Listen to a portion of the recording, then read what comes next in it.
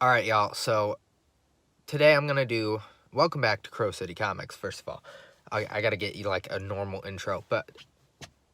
Today I'm gonna talk about the Scott Capullo. Scott Snyder, Greg Capullo, Volume 1 Omnibus, and I did, like, a mini review on TikTok and stuff, and YouTube short, but I was kind of iffy.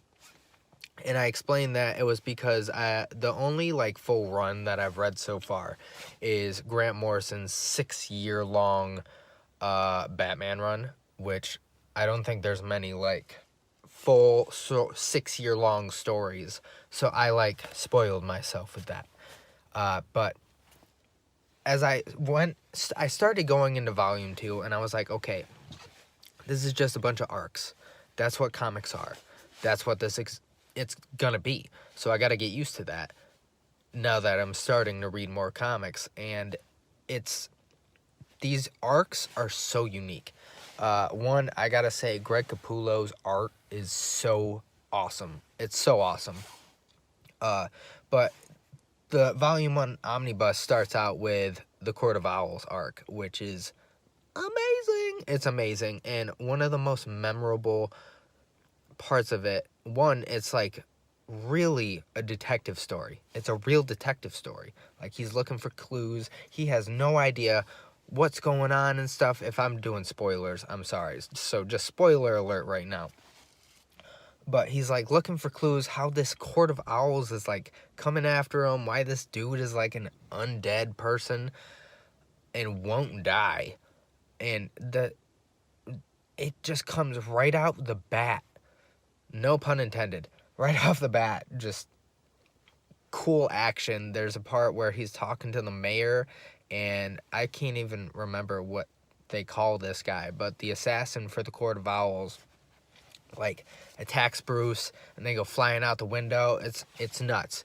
But my most memorable part of that was Greg Capullo for the art. At one point when he's in this maze finding the Court of Owls, Greg Capullo has everything upside down. So, like, all the pages are upside down. And it's really to, like, show how disoriented Bruce Wayne / Batman is. And it really puts you in the moment. And, like, how fearful Bruce is in that moment. He has no idea what's going on. He's trying to figure it out. And he's just getting tortured. And he's, like, under this drug. And it was such an intense moment. But that arc was probably my favorite out of all of them. And then it goes into a retcon of the Joker. And I haven't checked out the detective series where the Joker actually loses his face. But they go into a retcon of the origin of the Joker being the original Red Hood.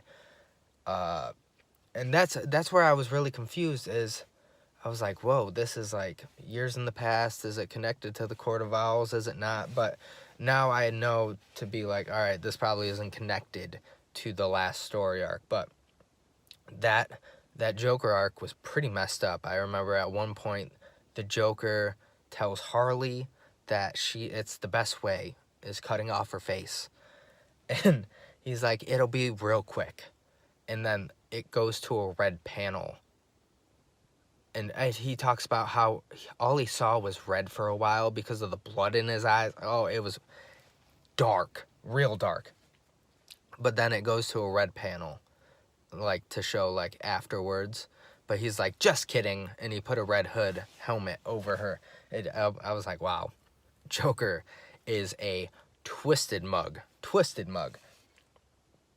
But then it goes into, like, the 0 year, I believe is the arc, where the Riddler, like, takes over Wayne Incorporated. It's like a retcon of Bruce Wayne's origin story as Batman. Like, I thought it almost had, like, a thing to do with year 1 almost, because it was 0 year. But it was such a unique story, and how the Riddler, like, took over Gotham City. and Bruce Wayne is supposed to have died during the takeover, and it's insane. He wakes up in this random apartment. Gotham is just like torn to pieces, and it's great. It was good, but it was a really unique story. That's the best way I can describe it. But I've never read anything with the Riddler in it, but the Riddler is one of my new favorite villains because he was just so, he was very cunning in the story arc, very cunning. But I think that was the last story arc in it, and there was like toss-ins here and there of at the very end of the omnibus, I was really confused because there was like this Bluebird character that Batman breaks into a party with, and Selina Kyle, Catwoman, has taken over the whole Gotham City underworld, and I was just so confused. She brings Batman to like this back room, and Spoiler is like tied up, and for some reason she's like the key to something. But that's where that was the last issue in the omnibus. I was like, what is going on? And then volume 2 opens up in like the future, and it's nuts, and I can't wait to review that. But overall, volume 1, I was pretty happy. Because the artwork is great.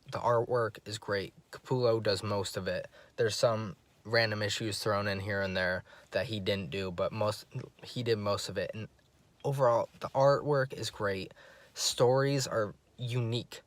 They're unique. They're not like just reruns of Batman. They're pretty cool.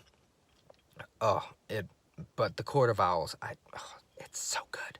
So good and so dark. But yeah, that's my overall. If you've read it, let me know what you thought of it. As far as the Scott Snyder and the Capullo run. Thank you for watching. Thank you for listening. If you're listening on the podcast, please subscribe to both. Leave a like, comment, and follow all the socials. And other than that, I think that's about it. And I will see you guys next time. Oh, also, don't forget to check out the eBay store. Got great comics for a great price. But yeah, love you guys. Thank you.